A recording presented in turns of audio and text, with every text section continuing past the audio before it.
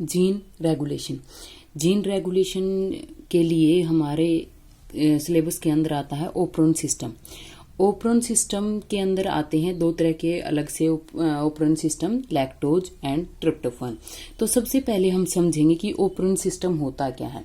तो ये जो कंसेप्ट था सबसे पहले किसने दिया था, जो जैकोब थे एंड मोनोड ने, इन दोनों ने दिया था 1961 में। जो ओपरॉन सिस्टम था इन्होंने दिया था। तो ओपरॉन सिस्टम क्या होता है, ये होता है एक cluster of gene with related function. Related function होते हैं क्या, क्लस्टर जीन्स का क्लस्टर होता है। तो इसमें रिलेटेड फंक्शन कैसे, माना कि इसके अंदर ए जीन है, ठीक है। तो ए क्या करता है, कोई भी एक प्रोडक्ट देता है जिसकी वजह से क्या होता है, बी एक्टिवेटेड हो जाता है। फिर यहां पर क्या होता है, B gives a product because of that C activated. यहां पर फिर से सी कोई प्रोडक्ट देता है जिसकी वजह से डी एक्टिवेटेड होता है। तो हम एक तरीके से कह सकते हैं कि डी जो यहां पर एक्टिवेटेड हुआ किसकी वजह से, because of A functional gene. तो यहां पर क्या हो गया कि ये एक स्ट्रक्चरल जीन थे जो एक रिलेट कर रहे थे एक दूसरे से फंक्शनिंग के अंदर, कि अगर माना कि ए यहां पर प्रेजेंट नहीं होता, डी के यहां पर फॉर्मेशन नहीं होती। तो ये रिलेट करते हैं एक दूसरे से, ठीक है। तो अब जो ओपरॉन सिस्टम है, ओपरॉन मेन जो सिस्टम है ओपरॉन सिस्टम, यहां पर दो तरीके से होता है। एक तो होता है इंड्यूसर और दूसरा होता है रिप्रेसर। जो इंड्यूसर होता है वो होता है हमारा लैक ओपरॉन। लैक ओपरॉन के अंदर क्या, लैक्टोज। दूसरा रिप्रेसर क्या होता है, trip operon. Trip operon means tryptophan. यहां पर जो लैक ओपरॉन होता है उसके अंदर 3 स्ट्रक्चरल जीन होते हैं। स्ट्रक्चरल जीन, जो जीन ट्रांसक्राइब्ड होते हैं। ट्रिप्टोफैन जो ओपरॉन होगा उसके अंदर 5 स्ट्रक्चरल जीन्स प्रेजेंट होते हैं। सबसे पहले अब हम करेंगे इंड्यूसर या फिर इंड्यूसिबल ओपरॉन सिस्टम, और वो कौन सा था, लैक्टोज ओपरॉन सिस्टम। तो लैक्टोज ओपरॉन सिस्टम के अंदर क्या होता है कि ई कोलाई के अंदर, दोनों ही जो सिस्टम होते हैं ई कोलाई के अंदर प्रेजेंट होते हैं। तो इसके अंदर हम क्या देखते हैं कि ई कोलाई क्या करती है, हमेशा अगर उसको फूड दिया जाता तो हमेशा वो प्रीफर करेगी ग्लूकोज को, ठीक है। बट यहां पर अगर ग्लूकोज किसी भी रीजन से वहां पर अब्सेंट है या प्रेजेंट नहीं है तो वो किसको प्रीफर करती है, लैक्टोज को, ठीक है। तो अब इसके अंदर क्या हो गया, दो तरीके से वो डिपेंडेंट करती है, ग्लूकोज के ऊपर भी डिपेंडेंट है, प्रीफर करती है, और लैक्टोज के ऊपर भी। बट लैक्टोज के ऊपर कब करती है, जब ग्लूकोज वहां पर अब्सेंट होता है। तो इसके अंदर क्या हो गया, अगर ग्लूकोज प्रेजेंट है, यानी कि जो ई कोलाई है किसके ऊपर प्रीफर कर रही है, ग्लूकोज के ऊपर। अगर ग्लूकोज के ऊपर कर रही है तो उस टाइम क्या होगा, operon is not active, active नहीं हुएगा, ठीक है। बट वहां पर अगर लैक्टोज प्रेजेंट है, यानी कि जो ई कोलाई है लैक्टोज के ऊपर प्रीफर कर रही है, तो उस टाइम क्या होगा, यहां पर ओपरॉन इज एक्टिव, ओपरॉन वहां पर एक्टिव हो जाएगा। जो ओपरॉन सिस्टम है, जो रेगुलेटरी जीन है, वो वहां पर एक्टिव हो जाएंगे। इसके लिए हमने क्या किया कि ये कोई भी एक मीडियम लिया, मीडियम के अंदर क्या कर दिया, इक्वल प्रोपोर्शन के अंदर, इक्वल अमाउंट के अंदर वहां पर ग्लूकोज प्लस लैक्टोज की अमाउंट डाली उसके अंदर, और उसके अंदर ई कोलाई पहले से ही प्रेजेंट थी। अब ई कोलाई हमने क्या कहा था, अगर ई कोलाई प्रेजेंट है और वो वहां पर ग्लूकोज भी प्रेजेंट है और लैक्टोज भी प्रेजेंट, तो सबसे पहले प्रीफर किसके ऊपर करेगी, वो ग्लूकोज के ऊपर। तो इसके अकॉर्डिंग क्या हो जाएगा, जो मीडियम था, ई कोलाई भी प्रेजेंट थी, वहां पर ग्लूकोज को सारा खाना स्टार्ट कर देती। तो ग्लूकोज को खाएगी तो ग्लूकोज की अमाउंट कम हो जाएगी। तो यहां पर मीडियम के अंदर जो लैक्टोज है वो काफी सारी अमाउंट के अंदर प्रेजेंट हो जाएगा, यानी कि जो इंक्रीजिंग अमाउंट है वो किसकी रहेगी, लैक्टोज की, और ग्लूकोज यहां पर क्या हो जाएगा, डिक्रीज हो जाएगा।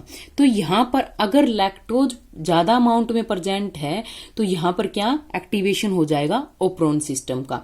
तो इसके अकॉर्डिंग क्या है कि lactose is an inducer for the operon activation. उसको यहां पर इंड्यूस करवाने के लिए क्या कि लैक्टोज की रिक्वायरमेंट होती ही होती है। अब इसके अंदर हम समझेंगे कि सबसे पहले तो कि उसकी स्ट्रक्चर क्या होती है। स्ट्रक्चर ऑफ लैक्टोपिरोन सिस्टम, लैक्टोपिरोन सिस्टम की स्ट्रक्चर। तो इसके अंदर क्या होता है स्ट्रक्चर के अंदर कि सबसे पहले तो इसके अंदर हम एक सिंगल स्ट्रैंड के वे में ले रहे हैं। सबसे पहले इसके अंदर आई जीन प्रेजेंट होता है, फिर यहां पर पी, फिर O, and after it's present 3 structural genes. 3 structural gene कौन से, Z, Y and A gene. तो यहां पर ये 3 स्ट्रक्चरल जीन प्रेजेंट है। अब इसके अंदर आई क्या है, यहां पर रेगुलेटरी जीन है, या फिर हम इसको बोलते हैं कि इनहिबिटर जीन्स भी है। ये क्या करता है, हमेशा कोड्स फॉर रिप्रेसर प्रोटीन। और रिप्रेसर प्रोटीन क्या होते हैं, इसके अंदर हमेशा प्रेजेंट होते हैं टेट्रामर की फॉर्म के अंदर। और ये क्या कर देते हैं, हमेशा ऑपरेटर के साथ में बाइंड कर देते हैं। यानी कि जो भी इनहिबिटरी जीन होगा या रेगुलेटर जीन होगा वो ऑपरेटर के साथ में बाइंड करेगा इसके अंदर। दूसरा इसके अंदर क्या है, ये वाला है प्रमोटर रीजन। प्रमोटर क्या होता है, small sequence of DNA, small sequence of DNA which provide binding site for RNA polymerase. जो आरएनए पॉलीमरेज को बाइंड करने के लिए बाइंडिंग साइट प्रोवाइड कर देती है। और हमेशा ये कहां पर प्रेजेंट होगा, जो 5 प्राइम एंड होता है वहां पर प्रेजेंट होता है। और नेक्स्ट इसके साथ में क्या है, ऑपरेटर। वो किसको रिप्रेजेंट कर रहा है, ऑपरेटर को। ऑपरेटर क्या होता है, ये प्रेजेंट होता है between promoter and structural gene. ये तीनों क्या है यहां पर, स्ट्रक्चरल जीन। स्ट्रक्चरल जीन क्या होते हैं, जीन टू बी ट्रांसक्राइब्ड। जो जीन यहां पर ट्रांसक्राइब्ड होने वाला होता है वो होता है स्ट्रक्चरल जीन। तो यहां पर ये क्या होता है, ऑपरेटर प्रेजेंट होता है प्रमोटर और जो स्ट्रक्चरल जीन होता है उनके बीच में। और ये क्या करता है कि यहां पर जो रिप्रेसर टेट्रामर आएंगे, ये यहां पर रिप्रेसर जो टेट्रामर आते हैं उनको बाइंडिंग में साइट प्रोवाइड कर देता है। तो यहां पर जो भी रिप्रेशन का वर्क होगा वो क्या करेगा, ऑपरेटर। तो ऑपरेटर यहां पर किसी भी प्रोसेस को स्टॉप करवाने के लिए होता है। प्रमोटर क्या होता है, किसी भी प्रोसेस को स्टार्ट करवाने के लिए। जैसे इसके साथ में आरएनए पॉलीमरेज बाइंड करेगा तो ये यहां पर स्टार्ट कर देता है प्रोसेस को। तो प्रमोटर क्या होता है कि जैसे हम ट्रेन में जर्नी करते हैं तो जो सबसे पहला प्लेटफॉर्म जो होता है जहां से हम अपनी ट्रेन को पकड़ते हैं तो वो होता है यहां पर प्रमोटर की, वहां सबसे पहला कि उसके बाद में ही हम अपना सफर तय करते हैं, पूरा सफर वहां से आएगा। तो प्रमोटर उसी प्लेटफॉर्म की तरह होता है। 3 तरह के यहां पर स्ट्रक्चरल जीन है। यहां पर क्या है, Z, Y and A. Z यहां पर रिप्रेजेंट करता है बीटा ग्लैक्टोसिडेज को, वाई रिप्रेजेंट करेगा यहां पर परमीएज को, और ए यहां पर करता है ट्रांस एसिटाइलेज को।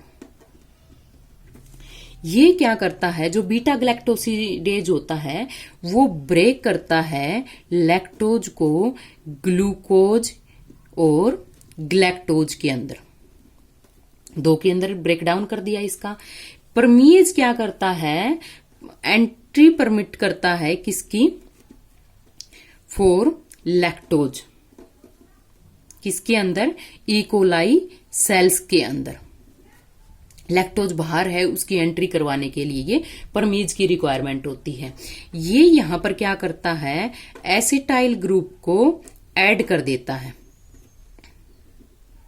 किसके ऊपर, बीटा ग्लैक्टोसिडेज के ऊपर और उसको एक्टिवेट कर देता है। और इसको एक्टिवेट करेगा तो उसका रिजल्ट क्या रहेगा कि लैक्टोज को वो कन्वर्ट करेगा ग्लूकोज प्लस ग्लैक्टोज के अंदर, दो के अंदर कन्वर्ट कर देता है। यहाँ पर परमेज क्या करता है कि कोई भी यहाँ पर इकोलाई सेल है और वहां बाहर लैक्टोज है, तो यहाँ पर with the help of permease enzyme ये क्या परमेज की हेल्प से ये क्या कर देता है, एंट्री कर जाता है इनटू द इकोलाई सेल्स।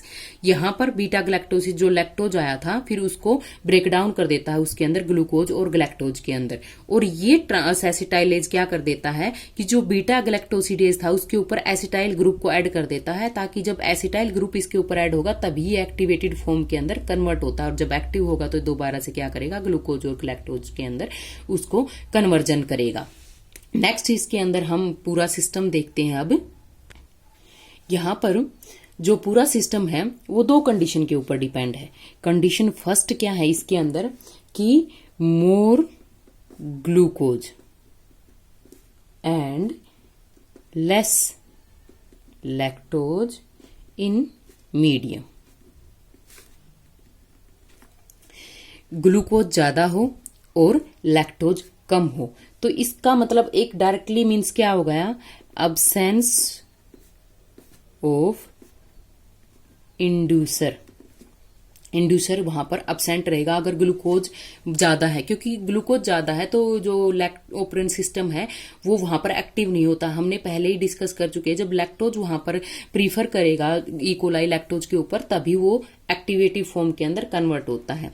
इसके लिए हम सेम यहां पर फिर से डायग्राम बनाते हैं। आई जो इनहिबिटरी जीन है, प्रमोटर, ऑपरेटर एंड यहां पर तीन स्ट्रक्चरल जीन, कौन से, जेड, वाई एंड ए, तीन स्ट्रक्चरल जीन यहां पर प्रेजेंट है। अब यहां पर क्या होता है, सबसे पहले ये जो इनहिबिटरी जीन है this one is undergoes transcription. Transcription के अंदर क्या था, डीएनए जो था वो एमआरएनए के अंदर कन्वर्ट हो रहा है। एमआरएनए यहां पर अंडरगोज ट्रांसलेशन। ट्रांसलेशन में क्या होता है, एमआरएनए कन्वर्ट हो जाता है प्रोटीन के अंदर। अब ये जो यहाँ पर प्रोटीन फॉर्म हुए हैं ये ऑलमोस्ट 4 होते हैं, ठीक है। और ये क्या होते हैं, ये होंगे रिप्रेसर प्रोटीन। रिप्रेसर प्रोटीन यहां पर एक दूसरे के साथ में बाइंड होकर के टेट्रामर प्रोटीन की फॉर्मेशन करेंगे। तो यहां पर हम कह सकते हैं कि जो टेट्रामर प्रोटीन है, जो रिप्रेसर प्रोटीन है वो किसकी फॉर्म में प्रेजेंट है, यहां पर टेट्रामर की। तो इसको हम बोलेंगे रिप्रेसर टेट्रामर प्रोटीन, ठीक है। अब ये जो प्रोटीन होता है बाइंड करेगा किसके साथ में, जाकर के ऑपरेटर के साथ में। तो यहां पर जब ये ऑपरेटर के साथ में बाइंड कर देता है तो यहां पर बाइंड करते ही ये जो प्रोसेस होती है इसको ये स्टॉप कर देगा, क्योंकि नाम से इंडिकेट हो रहा है ये क्या है, रिप्रेसर, यानी कि प्रोसेस को रिप्रेस करेंगे। उसके बाद में ये यहां पर पूरा पाथवे ब्लॉक हो गया। ब्लॉक होते ही ये क्या है, प्रमोटर तो इससे पहले प्रेजेंट है और ऑपरेटर उसके बाद में। तो प्रोसेस कहां जानी थी, यहां से यहां आगे की स्ट्रक्चरल जीन की साइड, बट पाथवे यहां पर ही ब्लॉक हो गया है। तो चाहे यहां पर पॉलीमरेज आकर के बाइंड कर जाए डीएनए पॉलीमरेज तो भी ये प्रोसेस प्रोसीड नहीं होगी और ये प्रोसेस क्या हो गई है, ब्लॉक हो गई है। ब्लॉक हो गई तो इसका मतलब क्या होता है यहां पर कि no activation of structural gene, no activation of structural gene. कोई भी यहां पर जो स्ट्रक्चरल जीन है ट्रांसक्राइब नहीं होगा, उनके अंदर ट्रांसक्रिप्शन नहीं होगी, ट्रांसलेशन नहीं होगी, तो यहां पर कोई भी एक्टिवेशन नहीं है। दूसरी कंडीशन क्या है इसके अंदर, पहले क्या था, ग्लूकोज ज्यादा था, अब क्या है, लेस ग्लूकोज। एंड पहले क्या था, यहां पर लैक्टोज कम था तो यहां पर मोर लैक्टोज।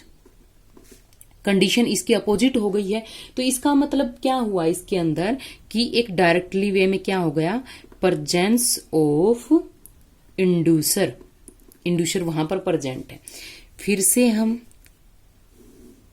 लैक्टोप्रेन का स्ट्रक्चर डिफाइन करेंगे, inhibitory gene, promoter, operator and 3 structural gene, कौन से, जेड, वाई एंड ए। पहले ही हम डिस्कस कर चुके हैं, जो लैकोप्रेन है उसके अंदर 3 स्ट्रक्चरल जीन होते हैं, जबकि ट्रिप्टोफैन के अंदर वहां पर 5 स्ट्रक्चरल जीन होते हैं। इसके अंदर सेम यही यह क्या करता है, undergoes transcription and form the mRNA. mRNA undergoes translation and form the protein, and protein, which protein is repressant protein. Protein are present in tetramer form. This one is called repressor tetramer protein. ये यहां पर formation हो गई। Tetramer protein क्या करता है कि दोबारा यहां से बाइंड अप करने की कंडीशन में है कि ये दोबारा से बाइंड करने के लिए जाता है, किसके साथ में, ऑपरेटर के साथ में। बट इसके अंदर क्या है कि लैक्टोज ज्यादा है यहां पर, तो लैक्टोज ज्यादा है तो ई कोलाई के अंदर सम लैक्टोज आर प्रेजेंट। तो अगर लैक्टोज प्रेजेंट है, वो भी क्या करता है कि सबसे पहले ये क्या कर देता है कि लैक्टोज अगर यहां पर प्रेजेंट है तो वो क्या करेगा, जा करके इसके साथ में पेयरिंग करेगा। पेयरिंग करते ही ये क्या कर देता है, इट ब्रेक दी टेट्रामर को ब्रेक कर दिया। अब टेट्रामर था तभी तो ये जाकर के ऑपरेटर के साथ में बाइंड कर रहा था, हमेशा टेट्रामर कंडीशन के अंदर ही ये जाकर के बाइंड कर देता है। तो यहां पर ये क्या कर देता है, टेट्रामर को तोड़ देता है। तोड़ दिया तो ये ऑपरेटर के साथ में बाइंड नहीं करने पाएगा। तो यहां पर अब क्या होता है कि प्रमोटर के साथ में डीएनए पॉलीमरेज बाइंड करता है,